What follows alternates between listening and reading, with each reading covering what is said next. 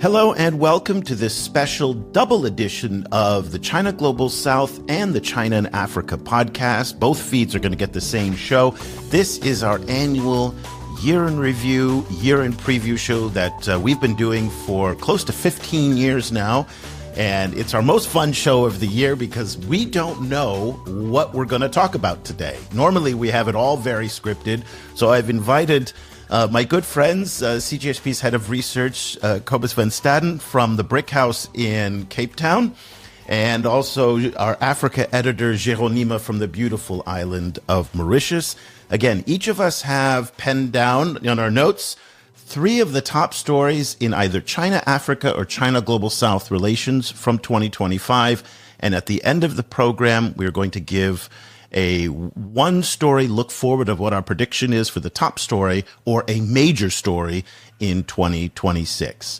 Cobus, let's get started right away because this show usually goes long, so we're not going to mess around with the introduction. Let's get started. What is one of your top stories in China, Africa, China Global South for 2025? My top story, one of them is the Simandou mine in Guinea that has gotten online. The first iron ore shipments have traveled to China. The reason, so there's a lot of commodity stories this year. Like this has been a mining heavy year, and so there was a lot of mining stories to choose from, but this one I think is particularly interesting for me because of the massive reserves and the purity of the reserves we're seeing there. So Guinea is now on track to possibly displacing Australia as China's main iron ore producer. Possibly. There's also the Australians will disagree with you on that point. They'll say that it's a major supplier, but it will not be enough to displace. But fair enough. I just want to put that qualifier out there. It's also, it's also enmeshed with Australian capital, in the sense that an Australian company is also involved. It's interesting for me also, kind of in the larger context of minerals and mining becoming super geopoliticized. So we already, like FT today, was reporting that there's an alternative iron ore mine being explored, like by Ivanhoe, the Canadian mining company, also in Guinea. So all of this is happening against the background of all of this ore flowing to China, the stainless steel industry in China, essentially taking out all of stainless steel industries in other countries, and this week's announcement of export curbs on stainless steel products coming from China. So so it's all kind of a shifting landscape, and I think Simandou really sits at the heart of that. Géraud, I would be blown away if Simandou was not on your top 3 list and that the two of you had that together. And of course, Cobus took me by surprise by going by Simandou first, because I think that our listener would expecting if we were talking about mines, I would be the one for sure mentioning having Simandou on my list. Of course, I had Simandou on my list. It was among one of those top 5, top 6 stories that I wanted to put out there. But since Cobus went on Simandou, I'm going to put it aside, but I'm going to put another story, which I think would have been in Cobus' wheelhouse, the narrative part, the Kafue story spillovers in Zambia. That would have been a Cobus story, but that's going to be exactly. So let me just get this clear. Is Simandou not on your list and Kafue is on your list? Is that? Yes, okay. Kafue is on my list too. So Kafue was one of those stories that really. Let's just hold on Kafue. I just want to, because we want to dive into Simandou very quickly first I want to take advantage of your time here. So let's just back up. Simandou is a $23 billion project that took years and years and years to come online. It finally came online in part because of a 600-kilometer railway that the joint venture built. At the same time, we have to give credit to the junta there who managed the partners very well. Remember when they told the different partners, that's it. You're done. You're finished. You're not agreeing to our terms. So therefore, we're shutting this down. And then they brought the partners back to the table. And the partners are, as Cobus referenced, Australian capital in the form of Rio Tinto, which is one of Australia's largest mining companies. At the same time, Winning, which is a company based out of Singapore, but Chinese run, And those are the main partners, but there are others, right, Géraud, who are also a part of this. And this mine is again producing huge quantities, or it has the potential to produce huge quantities of iron ore at a time when access to strategic resources, critical minerals, is now front and center in the geopolitical competition between the U.S. and China. Give us a little bit more on this, Géraud, before we move on to the Kafue crisis. Yes, Simandou is a big story, is a big project that's really finally started out of the ground this year. And among the stakeholders that we do see in the Simandou project, it's really important to kind of put the context of Simandou. You have in Simandou, which was before it was a one single big project, since 1997 when Rio Tinto was awarded the mining license by the Guinean government. But since 1997, nothing was happening. And around 2016, the government decided to split it in two. There you have Simandou Block North, which we call Block 1 and 2, and South Block 2 and 3 and 4. In those blocks South, this is where we do have Rio Tinto in joint venture with a consortium of Chinese company led by Chinalco. And in those companies, you have Craig, you have Bao Steel among those companies. When you go on top, you have the Block 1 and 2. You have where you have Winning Consortium, where you have Bao Steel, who joined later on in 2021 after completing his another acquisition in 2023, and you also have what Shandong Wetia in this project. So you have across all Simandou, you have a huge Chinese presence in that project, just showing you how much Simandou represent for China in terms of geopolitical independence when it comes to iron ore supply. And that's why you see a heavy presence of China state-owned mining companies and infrastructure being present there. In beginning, you've mentioned the fact that Simandou was being able to also launch because you had a 620 kilometers railway that went from the eastern side of Guinea to the west side of Guinea. It was really able to be done because you had the massive Chinese presence there, the state-owned companies, and the infrastructure company being part of the project, where money flew in to be able to build that. And as you mentioned, rightfully so, it was really a conjunction of the junta political goals and determination, and in conjunction with China needs to diversify from Australia iron ore. So all of it make it Simandou being possible. Sure. And a corollary to this is not only the mines, but also now there's been a lot of talk about the logistics corridors. And this may be on your lists, but this has been a year of lots of development in the logistics corridors. So we had just this week in late December, the U.S. Development Finance Corporation signing a $533 million loan for the Angolans to build out the Lobito corridor and the Benguela Railway. So that's going to bring from Angola and Zambia, the copper cobalt belt, to the Atlantic coast port of Lobito. Of course, this year also saw the signing of a $1.9 billion deal to public-private partnership to refurbish the Tazara Railway. That will go 1.4. Good to correct me on that. 1.4 billion. And then we also, as Cobus made reference, there's this new story that Géraud and I talked about earlier this week on the China-Africa podcast, but also the Liberty Corridor that they want to build also from Guinea, but this way through to Liberia. So lots of talk about corridors to get the minerals out. Again, Cobus, it puts Africa back in the position, and this was framed perfectly by the U.S. national security strategy, that Africa's value to the international system, at least according to the United States today in U.S. foreign policy, is about what comes out of the ground. Yes. So Africa is, there's a kind of a monomania, kind of focusing around, or a tunnel vision rather, kind of focusing around only minerals and resources coming from Africa. This is happening on the back of, I think, in the first place, an extremely extractive, disturbingly extractive kind of approach, to the continent in general. And at the same time, the ongoing kind of imposition of a whole bunch of kind of anti-African measures, coming out of the US, military threats against Nigeria, kind of travel bans, and so on. So it is this kind of this very kind of blatant, no holds barred kind of view of like, we want your stuff, but don't want you, that kind of, and don't you understand it? What are you but a big mining site?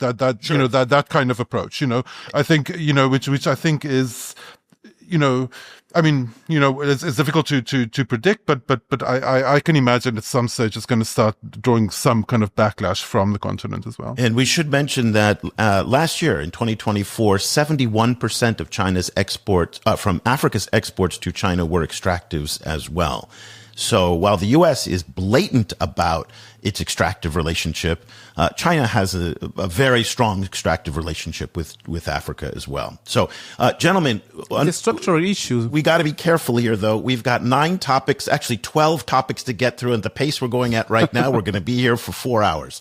So we need to pick up the pace a little bit. Let's go on to our next one, Kafue, which is this huge disaster that unfolded in Zambia and then really played out again in the geopolitical competition between the U.S. and China.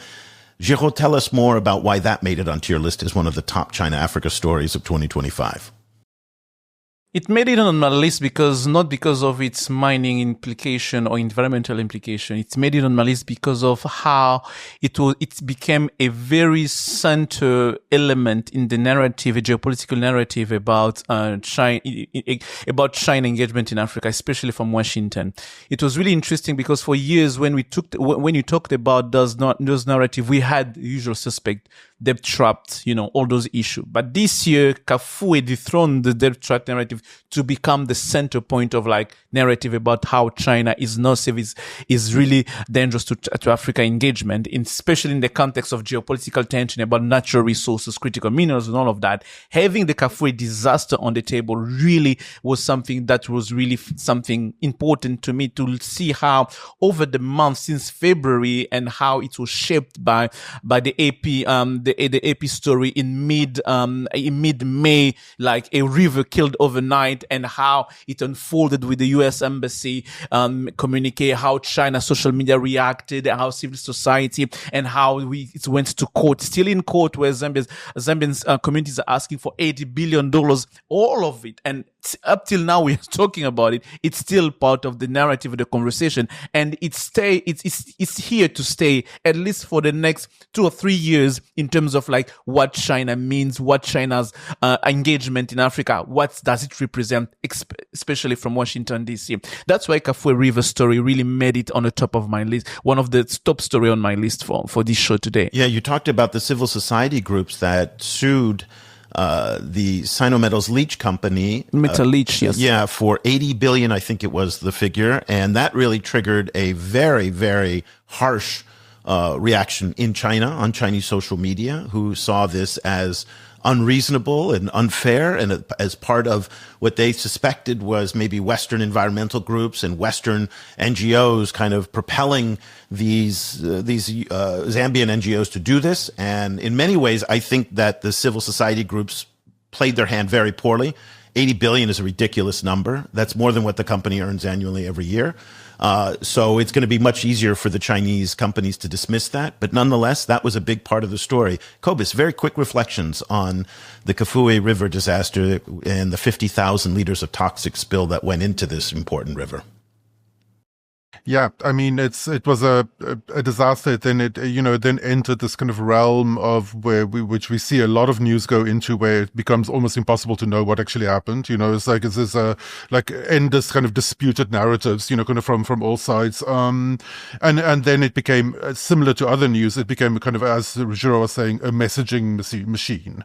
So in that sense, it was a real media spectacle, I think. And yeah, but we should also note that there's been other spills around Chinese mining sites, also in Africa, particularly in the Democratic Republic of Congo this year. So this is an ongoing massive problem.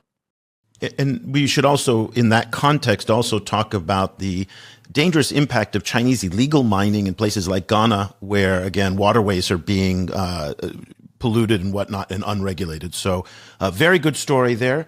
My first story of 2025 for our discussion today is one that I didn't think you were going to have on your list, but it is the 14th five-year plan that came out earlier this year. And a big part of it has to do with the real priority that the next 5-year plan is going to have on manufacturing. And again, we've been talking about industrialization in Africa and other parts of the global south.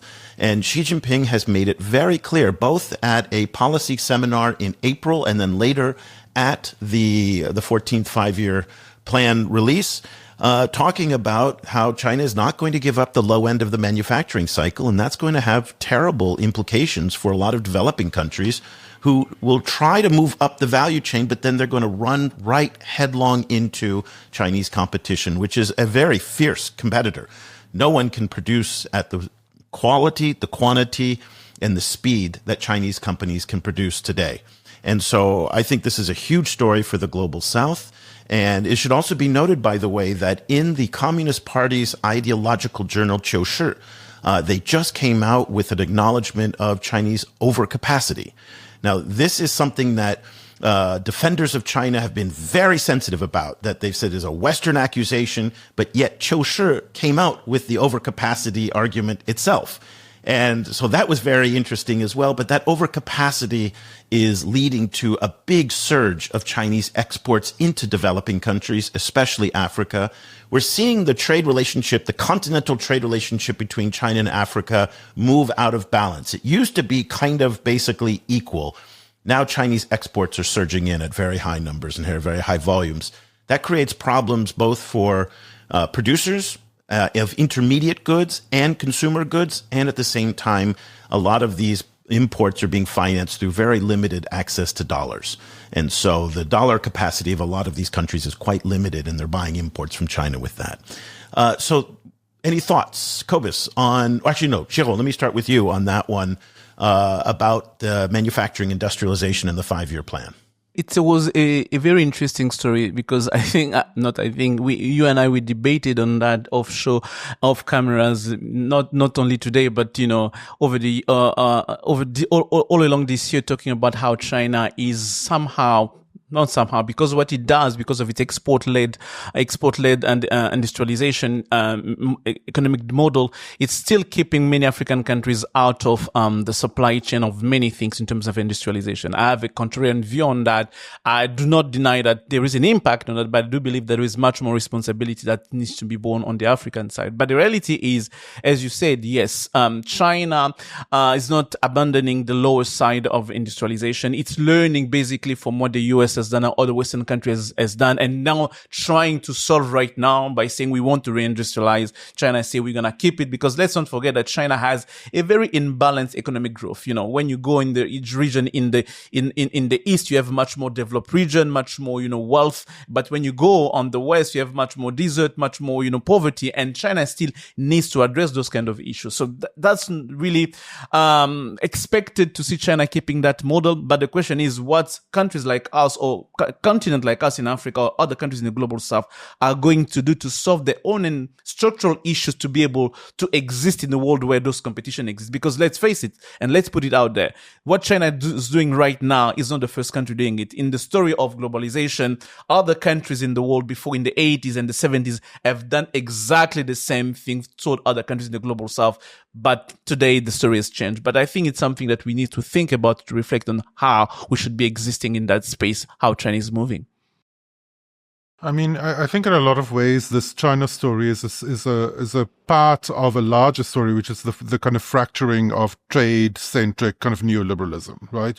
And with that, the death of a whole set of ideas of what development is. And so this is going to be very interesting to see how it plays out. Like, one of the things that keeps interesting me in this concept, right? And I think we've touched on this in conversations through the year, is one would think in this context, right? If you take, for example, solar panels, right? Kind of like one would think that there's no way to make a cheaper solar panel than China is making at the moment. And there's no way to buy a cheaper solar panel than shipping it directly from China.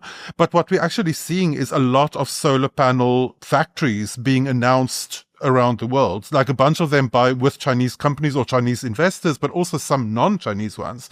Some of them using Chinese components, some not. This is a very interesting development for me. Like I think it's going to be interesting to see, because I agree with you. I think certain sectors or certain kind of like countries or so are going to face a lot of these kind of barriers, but there seems to be. There's going to be, I think, other ones are going to find ways around it, or ways to kind of turn it to their ends. But I'm not 100% sure like what that's going to look like yet. But I think it's a notable story. And I just want to give a very quick shout out to Tom Hancock, who's at Bloomberg, who corrected me on my Africa statistics and talking about the displacement of African producers of consumer goods. And he pointed out rightly that the vast majority of exports from China to Africa are so-called intermediate goods. Those are products that, like chemicals, cement, those are products that are used to make other products. I still think that and industrial machines as well. And industrial machines. But that still displaces intermediate goods manufacturers in those countries. And so we see, for example, cement is a big problem in Africa, that they import a lot of cement and don't manufacture it locally.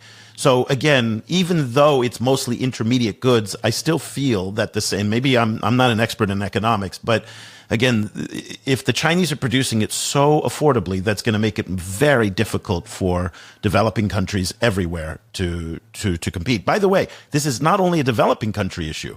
This is Donald Trump's main issue and Europe's main issue as well. So this is a global issue dealing with Chinese manufacturing. Very quickly, Géraud, before we move on. I'm going to play devil advocate here. I'm going to throw you maybe a curveball on that. You say you're not in economics. That's really interesting. And I'd like what would you have China do in that context where you have the economy that you do have, very imbalanced economy, where you have different, layers of development, different economies of society, and you have the opportunity based on globalization principle to say, if I can produce it cheap, I'm going to produce it cheap because, I can do it and I'm going to export it. But what would you have China do in that context when they have to address their own issue? Do you want them to give up on that? Or how they could do that? If we look at the development trajectory of other countries, say in Asia, that typically when they move up the value chain, they release the bottom end technologies and they dedicate public policy, they dedicate public money, and they dedicate a lot of their attention to these higher value products. What China is doing is maintaining that dedication to that low end of the product cycle. And again, I'm not blaming China. I mean, it makes sense from China's point of view. It's just a hard reality, though, that what's good for China is not necessarily what's good for the rest of the world. Those two things may sit in contradiction of one another. So, Géraud, you bring up a good point. What should China do? It still has 100 million people who have basically the standard of living of people in Botswana. What do? You just don't abandon that. Also, Xi Jinping, one of the big lessons that he took away from what happened in Europe and the United States from deindustrialization is that if you deindustrialize, you create a political backlash, potentially. And that is not something he wants to do either. So I get it. Especially when you have 1.4 billion people. I get it. But the reality is, though, is that those two things may be in contradiction. What's good for China and what's good for the rest of the world are not aligned necessarily, at least on this one particular point. Okay. Cobus, your second story of 2025. Taking advantage of the fact that we're ranging across the global south in addition to Africa, I think my second story is going to be soybeans. Soybeans ended up being geopolitically huge, right? Kind of like it ended up essentially weakening U.S. President Donald Trump's kind of negotiating position with China, that and rare earths, and ended up really delivering a huge hit, because when China stopped ordering soybeans from the heartland in the U.S. and moved those to South America, that ended up kind of delivering this huge political hit, kind of right in the heart of MAGA, but also why it's important for me is that it gave a little glimpse of potential ways that the global south are going to complicate East-West politics. Like I've been kind of like shouting for a long time that the real geopolitical context that's coming is not East-West. East-West fits into a larger geopolitical contestation, which is South-North. And I think like Brazil's role in all of this, and, kind of like the way the complex political coordination that happened between Brazil and China on a host of issues, climate, this, that, like, kind of for everything from to like space telescopes, etc., shows, kind of like what this kind of, what actual the actual political valence of South-South cooperation in a geopoliticized system, right? Kind of global system. Like overall, South-South cooperation has always been this kind of cliche of, this kind of mild cliche of, we're all working together. Now we're seeing the real impact of what South-South cooperation is going to look like in a highly contested space. And this is a very interesting development for me. Yeah, the soybean is probably the crop of the year of 2025, no doubt. The Chinese made a commitment to start buying American soybeans again after the talks between Trump and Xi. Guess what? They haven't returned to the market. And I talked to somebody in Iowa the other day, and one of the things that he said is that American farmers are pissed. They know what happened. They know that they got screwed by Trump on this one, and that the buying of the soybeans shifted to Brazil and even to Argentina.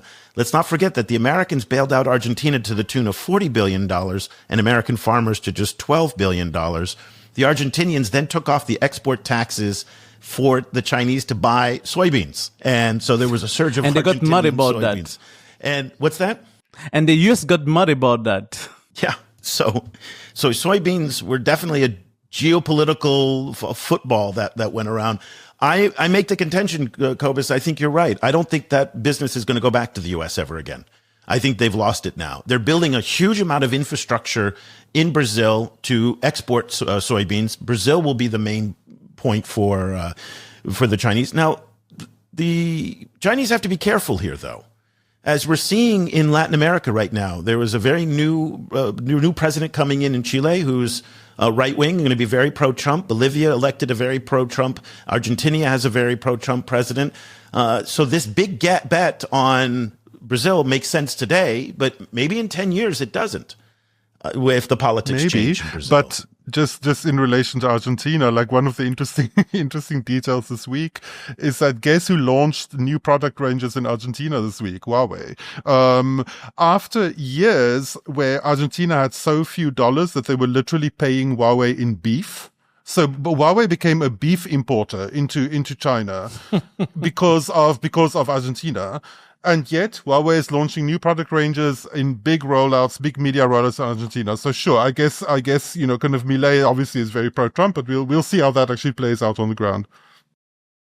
Okay, Géraud, let's move on to you now. Your second story of 2025. My second story is not really a story, it's much more a topic on itself. And that topic, it's about China taking Africa into reshaping the international system. And for that, I have three stories that I want to put out on the table.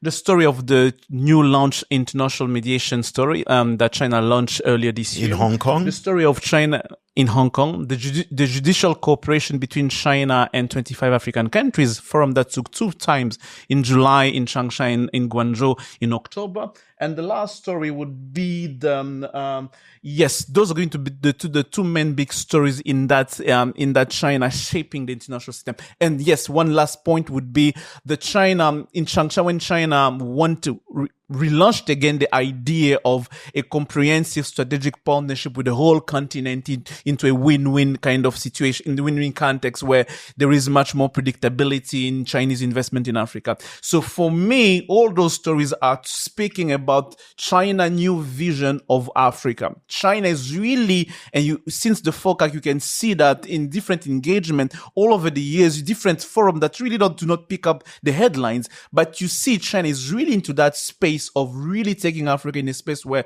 I want you to be my partner to shape the international system that I want to build right now, the new norms, the new international system, and I want to have Africa being part of it. And I'm not even mentioning the AI initiative, governance initiative the governance initiative, the security initiative, all series of initiatives that really speak loudly about how China wants to engage Africa into shaping the new international system. You should mention those initiatives because Africa is forming a very important component of all of them.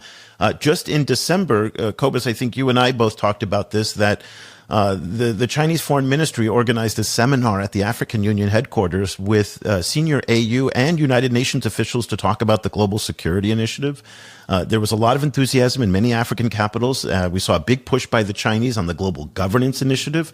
And African governments represent a large contingent of those countries that have signed up for the Global Development Initiative. So all of these new governance initiatives are very important, Africa playing a very important role. Cobus, what's your take on the governance side of things that Géraud was talking about this year? I think this is all really, I agree. I think this is really important and really notable. And they're all of these stories that Géraud mentioned are these fractions of a bigger kind of emerging situation. I think where all of these countries around the world, I think particularly global South countries, I think they have felt hard done by in the international system for a long time. There's been push for international governance reform for a long time, and now now that big parts of the international system are really reaching kind of crisis point, particularly around wars, in the Middle East, for example, and so on. I think countries are increasingly kind of pushing for something different. What is going to be very interesting is what that different thing is, because as we've pointed out many times that, the global initiatives from China are cool sounding, but incredibly vague. It's still completely impossible for me to understand how exactly the global security initiative is going to be landing on the ground in Africa, like what that is actually going to look like, how it's going to deal, for example, with different factions within a government fighting against each other, as we've seen in some parts of Africa, for example, right? Outside of a Westphalian state system, kind of where each group has a vote at the UN, like how is this global security initiative going to work? All of this is still really up in the air, but it also, I think, reflects a push in a direction, I think, kind of which is very interesting. Yeah, and maybe a lot of it is just talk. I mean, remember, we've been seeing for the past couple of years, China has a special envoy for the Horn of Africa. He was Xue Bing, who was little more than an empty suit, didn't do anything.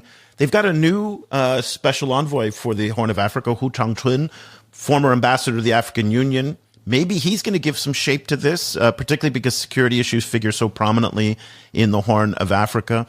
At that AU seminar, Cobus, when you're asking about what does it take shape, they folded in all of the UN peacekeeping contributions that China does, all the security assistance that China provides, the trainings. So all of the existing programs that China has, they kind of folded into the GSI. And that's kind of cheating a little bit. It's a little bit like these aid packages that the U.S. was announcing, $55 billion, which was basically just existing programs that they rebranded. So maybe a lot of this is just repackaging. I don't know. But it is something. It is something, though. And Géraud, I'll get to you in 1 second. But the most important part of this, and Cobus, you have said this many, many times this year in our conversations about these governance initiatives, they are forward-looking and they are inclusive. So even if it's just a bunch of empty rhetoric, okay, at least it's empty rhetoric that includes developing countries. When you look at the fact that there are now 30 countries that are on the travel ban list of the United States, okay, most of them are from Africa, by the way, I should note. The U.S. and the West and the global West really doesn't have an offer for these countries. What do they say? Do you know what I mean about the future system that they want to build? They don't really have anything. They say we want to have preservation of the rules-based international order. Well, that's a backwards-looking vision. And the U.S., by the way, is not even saying we want a preservation of the rules-based international order. They don't like the liberal international order. Géraud, off to you.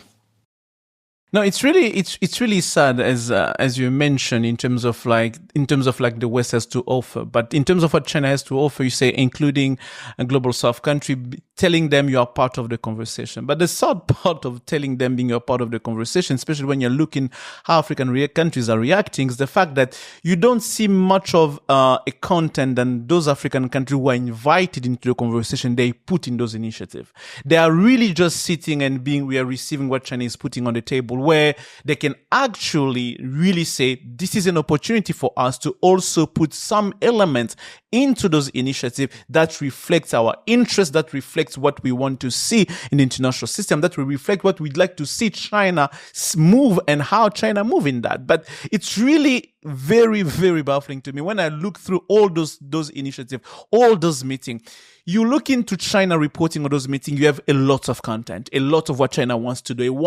But when you go on the African side, scholars, news and all of that, empty, nothing. That's right. Basically, they use China news to report on those same stories. But what do you want? What's Togo want? What South Africa want? What's Nigeria want? What the DRC want when you're invited in those conversations? What do you put in those conversations? That you realize that China wants something and puts it on the table. Africa say yes, yes, but somehow they don't take it seriously enough to say this is an opportunity for us with China to use those initiatives to reshape the conversation on international system. And this, I think, for me, is going to be a missed opportunity again for many African countries to take part in this conversation. And that's going to be especially important next year because the planning session for the next Forum on China-Africa Cooperation gathering, don't know if it's a summit or if it's a ministerial gathering, will start to take place next year. So this question about what does Africa or African countries want from China will become quite important next year as we focus on FOCAC. Okay, my second story is going to be a decidedly global South story, but I think you're all going to agree with me that it was one of the biggest stories of the year. This was the détente between China and India.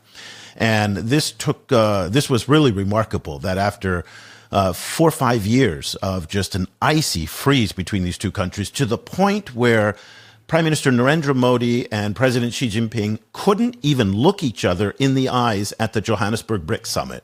They couldn't even be seen in the same room. It was, it was just really remarkable. And then we moved from that to, remember the famous picture of everybody hugging in Beijing, right, with Putin and everybody. And so that was a big middle finger from Narendra Modi to Donald Trump.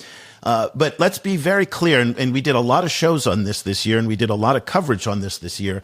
This détente along their disputed border is not some kind of reconciliation. It's not some kind of, back to perfect kind of thing. This is just bringing the relationship back to zero from -15. So they resumed flights. They've gotten ambassadors back in each other's countries. Students are now going back and forth.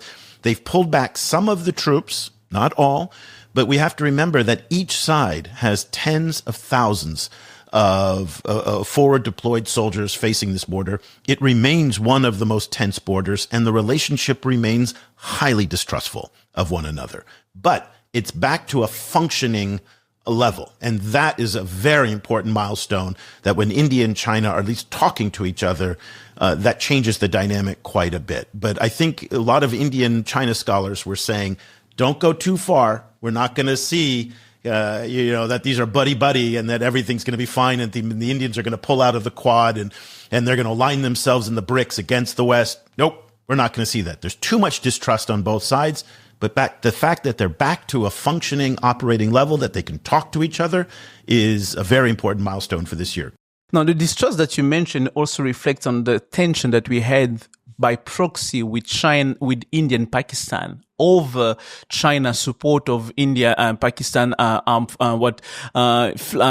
weapons against India. So that's the kind of thing that also plays out into the distrust of how they see each other, how they approach each other in those kind of détente. And I think that that's going to be one a long-term issue they're going to have to solve, to address much more deeply. And the other thing is the fact that people, when you mentioned the panda hug that we saw in Beijing, people had the feeling that it was much more, and I remember a commentator from the US say, this is Trump doing, because Trump puts India in a corner and it sent India to the arms of China and Russia. And you remember Trump even made a comment like, "Oh, see our friends now hugging. Maybe they are plotting against us.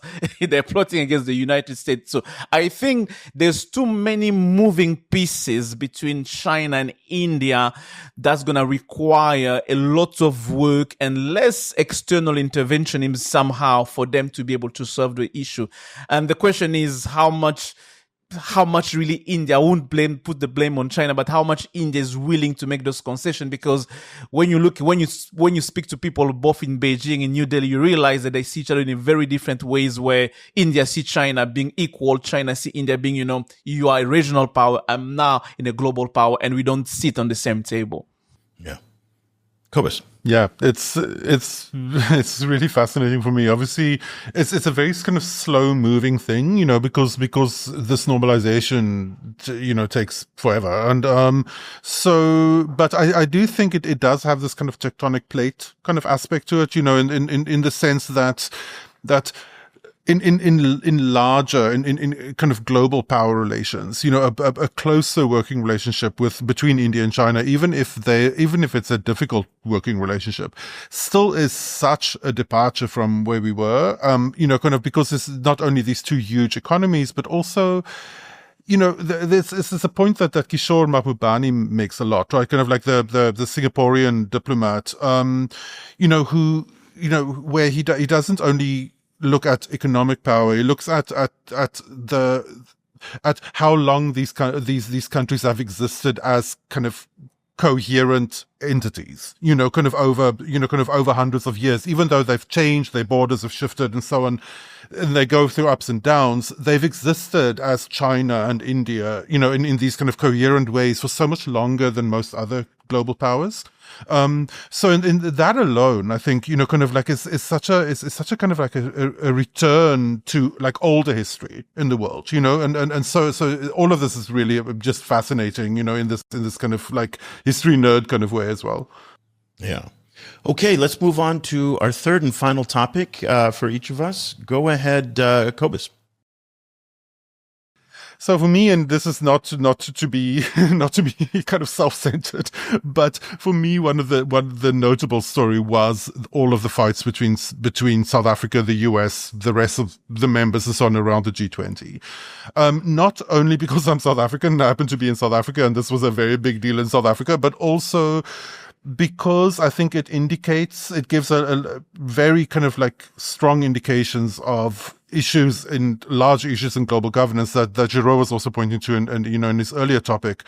In the sense that, the pressure on South Africa, the way that China kind of stepped, into that pressure and didn't in some ways, kind of defended South Africa but also kind of in this kind of strategic kind of measured way.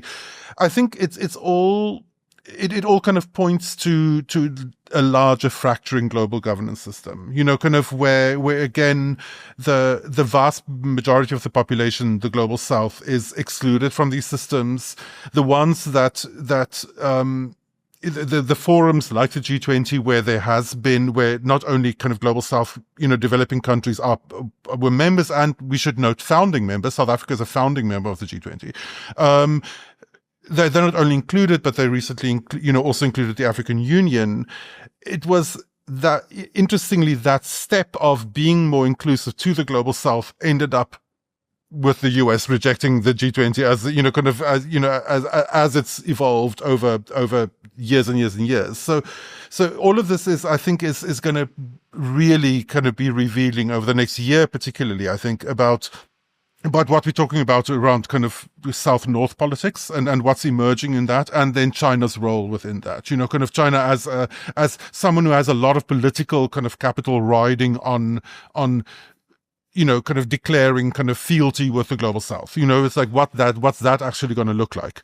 Sure. A lot of what the U.S. is doing about South Africa and the G20 is political theatrics. It's not substantive. The United States does not have the authority within the G20 to disinvite a member to a summit gathering. That has to be done by consensus by the members of the G20 to either expel or disinvite a member. And we know for a fact that the African Union, which is a full member of the G20, and China, which are full members, is also a full member of the G20, will not go along with that. So the U.S. will go through a lot of theatrics to say they're not coming to the Sherpa meeting, they're not going to participate in this, but at the end of the day, they cannot expel unilaterally the South Africans from the G20. They can still deny them visa. They can deny them visas. That's right. Yeah. They can deny them they visas, can de facto and they may do that by making it impossible for them to cooperate. Exactly. But they can. But again, the other members, and this is where, I mean, for heaven's sakes, what's the point of having the African Union as a member if they will not stand up for another African country?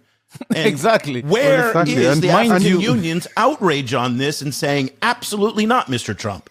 This is come on, guys. And I mean, mind you, South Africa fought hard to have the African Union sit on the G20. I mean, China has done more than the African Union has done. China has been more outspoken defending South Africa than the African Union. That is shameful. Absolutely shameful. Not a single communique, Nothing. not a single statement expressing concern, not even condemning, but expressing concern to the fact that a full member, founding member of the G20 being in Africa, being excluded. That's just ridiculous to me. That's ridiculous. Because African Union, since it's a continental, it cannot be targeted. But this is the point where it just reminds me how sometimes those continental organizations in Africa, we lack the courage for us to exist as, as continental bodies, to defend our rights, to defend our interests when it comes to all those debates. And this is really shameful and sad at the end. That, as you say, China did more in terms of communicating, and maybe even do even more if we see that the upcoming G20 really we are heading to exclusion of South Africa not being invited. We may see a very interesting G20 where you're going to have either a low-level China representation and in solidarity with South Africa, which I think can really be happening for the next G20. Yeah. I mean, and on top of that, I would just think, what's going to be interesting is to see how to keep comparing the G20 and the BRICS in terms of international influence over the next 1, 2, 3 years. To see whether if there isn't any kind of like real reckoning from within the G20 around this exclusion, then the G20 itself may not be worth that much, right? Kind of like what can it do? Yeah, if it can't push back on this, then it can't push back on anything, right? I mean, come on, but BRICS has been around for 15 years. I get it that it's this group that people like to kind of come together and they like to, crap talk about the West and things like that. But what accomplishments does the BRICS have that's substantive besides? But maybe this could be an opportunity for them. Maybe, but again, this could be an opportunity for them. Listen, we saw in, that Ethiopia and South Africa didn't get along at the BRICS, in the BRICS. So, I mean, the larger that this group gets in the BRICS, the more complicated it's going to be to find consensus. And the BRICS is getting big and complicated now. I mean, there's a lot of competing interests within the BRICS. So that's why they even stopped integrations of new members. They created a new tier of member into the BRICS, observatory members and core members of the BRICS, that because they understood that the more they expand, the more they really need to become coherent. And I think last year we've mentioned that in this year in review, where we talked about the fact that BRICS needs to become much more coherent about what he wants to do and what he wants to become. As long as it remains that annual gathering of friends talking about crapping about what the West does wrong, it's really not presenting itself as a real alternative for global South countries. I mean, we'll see. Géraud, your final story for 2025. My final topic of 2025, I'm going to be faithful to myself, geopolitical and mining stories.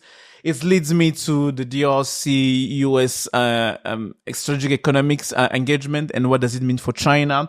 It leads me to the Tazara stories about the US, about China, Zambia, and Tanzania. It also leads me to the Lobito story. All of them really being part of those geopolitical competition about access to critical minerals and logistic on the continent, what plays out, how it's going to play out. And the story about the DRC-US strategic partnership, it's really something that's really interesting to me in a sense where the US tried, this is the very first true US engagement trying really to put a halt on China's expansion on one specific country in Africa. It was just not only talk, it was really action in terms of policies, in terms of like engagement, having a government to sign on a series of engagement that's going to have a consequence to exclude China expansion in the country. That for me was the very first move, tangible move of the US trying to, starting not to gain ground, but at least stopping China's expansion in the critical mineral space in Africa. Okay. Well, we talked a lot about critical minerals at the top. Cobus, any final thoughts on that before we move on to my final topic? I mean, the only thing is that it's going to be a real testing ground for African sovereignty. Because like this agreement and a lot of other talk about the continent and other parts of the global south are openly neocolonial. This is happening on the back of the larger kind of message is being sent to the global south through a whole set of crises, notably Gaza, but also in Sudan, around that the global north is okay with genocide, and as long as it's not on their front porch, they're okay with it. So the combination of those two are sending very, very bad signals, I think, to the global south, and we're going to have to see how the global south responds. Okay. My final topic for 2025 is the fact that two phenomenal trends broke out this year. One, we saw an increase in Belt and Road spending. This is according to the Green Belt and Road Institute by Christopher Nedapol, who put some new data out that says, predictions of the Belt and Road's demise and this whole small yet beautiful thing may not be playing out the way that people think. A lot of projects are going into the new energy space, automotive space. So a big uptick in Belt and Road spending this year that we saw, not just in the small yet beautiful, that's the sub $50 million projects, but lots of multi-billion-dollar projects were coming out this year as well, all being kind of categorized under Belt and Road. And specifically towards Africa and Latin America, we saw a return to lending by some of the major Chinese development finance banks. That was a little bit of a surprise as well. We all had heard that the lending taps had been turned off, but the Boston University's Global Development Policy Center published a number of reports this year that showed not huge. We're not back to the 2015, 2016 levels, where there's going to be $6 billion standard gauge railways in Kenya. No, not like that. But definitely an uptick in lending in both Latin America and in Africa as well. Those, I think, were two very important trends and milestones that took place this year. Final comments on that. Géraud, let's go to you, and then Cobus will get your final comments on that before we move to our predictions for 2026. Talking about that, it's really, when you mentioned Boston University, it just reminds me new data that carry from John Hopkins University, the China Africa Research Initiative in John Hopkins has released in terms of data showing that Africa was one of the most lucrative market for Chinese construction company in the world in 2024. Just showing you the interest in terms of, since you mentioned the Belt and Road Initiative, how African countries still remain really interested by China's builders, and really in terms of like construction, Chinese are finding in Africa a very huge market, and it's a very, now today they become the only one, the main players in that market. For me, it was really interesting to see and how it's going to change. Although we had newcomers coming from Turkey, coming from the UAE, but China still remain in terms of like attraction for many African countries, the main source of building companies in infrastructure on the continent. Yeah, and I think it also happens, against the background of further and further distance between traditional partners, and the continent. So, Africans may want to work with Europe, they may want to work with the US on a bunch of different things, but kind of a lot of, particularly on things like, non-geopoliticized infrastructure, like infrastructure that isn't supposed to be, kind of like building mineral pipelines out of the continent on anything else that the continent wants to get done. It essentially has no Western partners, right? Kind of so now we're looking at China, and we're looking at other kind of like non-Western countries, I think, increasingly. Well, that'll do it for our year in review section of the show. We covered a lot of ground. Normally, we overlap quite a bit, but this year, again, because we brought it out to the Global South, no overlap this year, which was kind of interesting. We got a lot more stories out there. Let's now take one of the big stories that's going to shape 2026. Just to mix things up, I'll get started. We have not talked about Southeast Asia yet. Southeast Asia, in many ways, is the front line of the global contest between the U.S. and China. There is no more important region for China. And I think this region, my home region right now, is going to be absolutely pivotal. And I'm seeing now a shift away from the United States. We're seeing just attitudinal changes in this region that are profound. Countries like Singapore, which were once the most measured, balanced countries in saying we don't want to be in between the U.S. and China. This year, we saw Prime Minister Lawrence Wong come out passionately criticizing the United States for its tariffs. We saw the defense minister accuse the United States of being a rent-seeking power. Right now in Indonesia, talks over the trade tariffs have failed or collapsed, at least temporarily, in part because Géraud, they're trying to pull the same thing in Indonesia about nickel as they did in the DRC, and the Indonesians are not having it. And so they want to have the same level of control over the supply chain that they are asserting themselves in the DRC. And the Indonesians have said, no, just isn't going to happen. But you're starting to see this pushback against the United States in a very forceful way. It is hard to overstate to Americans how far and fast the credibility of the United States has fallen in this part of the world. You cannot put it into words. You have to be here to feel it. You have to talk to people. You go around the region, as I do quite regularly, and people are just shaking their heads and they're just moving on. And Cobus, you and I talked about this, about Africa, that the U.S. just isn't that relevant anymore in normal, everyday people's lives, their daily lives. We don't watch a lot of U.S. movies here. We don't consume a lot of U.S. products. Sure, Facebook, YouTube, they're there, but a lot of people are spending time on TikTok. And these are in some ways global products that are not necessarily associated with the U.S. per se. Again, there's the funny, Tom Friedman from the New York Times. He had this anecdote of, apparently some kid in Tokyo said, "Mommy, Daddy, do they have McDonald's in America?" And there's a little bit of that the connection between some of these global brands and the United States is broken apart as they've become global brands. So people just don't feel that sense of connection.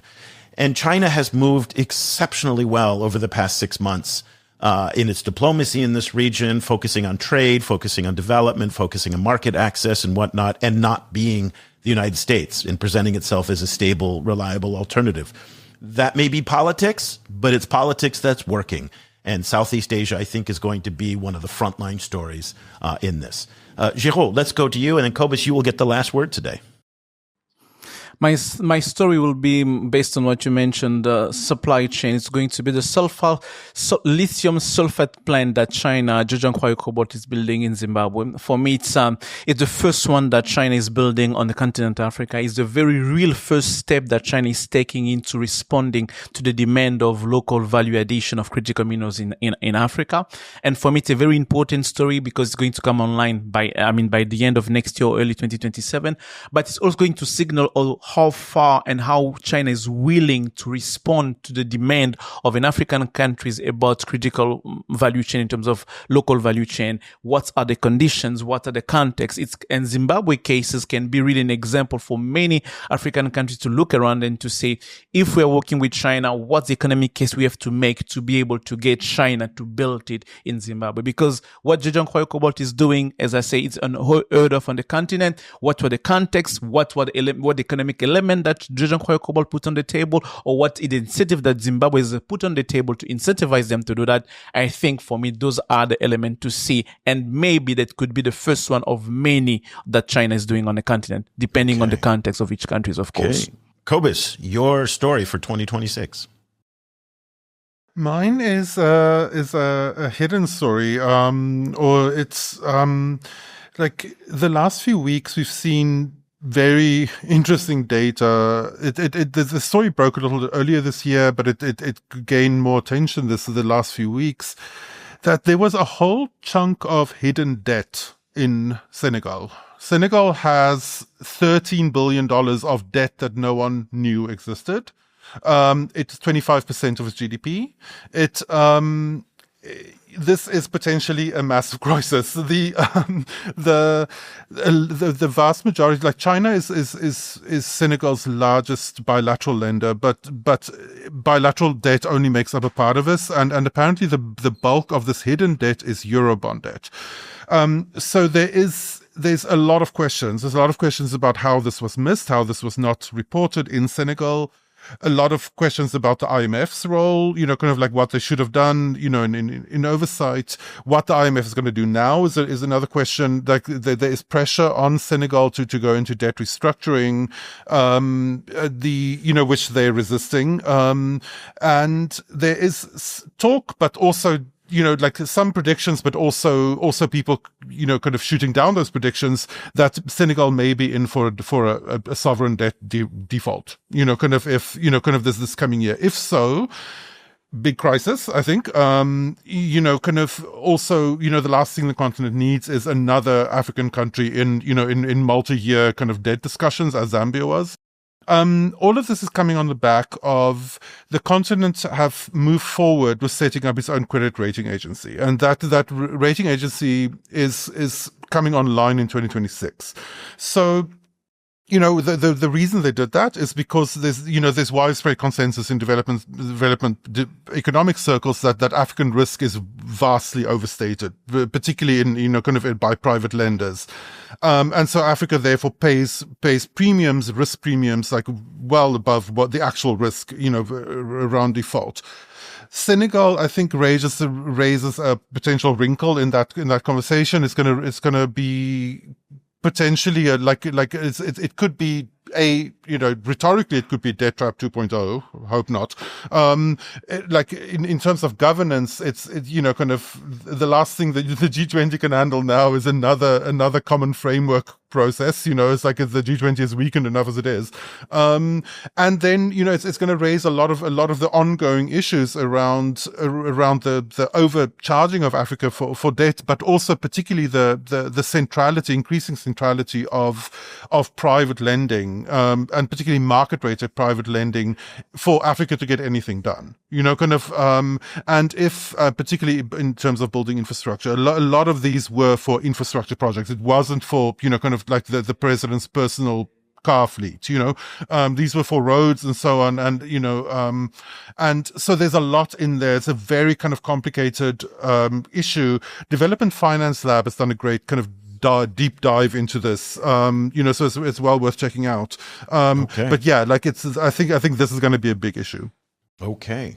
Well, let's leave it there. We're right on time. We got through it much faster than I thought we would. And every year at this time, before we sign off for a short break, we always do want to thank you, our viewers, our subscribers, our listeners, our supporters, our funders, our Patreon supporters, everybody who really helps to make what we do possible. We're now entering into our 16th year of operation of the China Global South Project, and we just couldn't be prouder of the work that we're doing now in Spanish, in French, in English, and across so many different topics and verticals, and the great work that Cobus does on the newsletter that our subscribers get every day.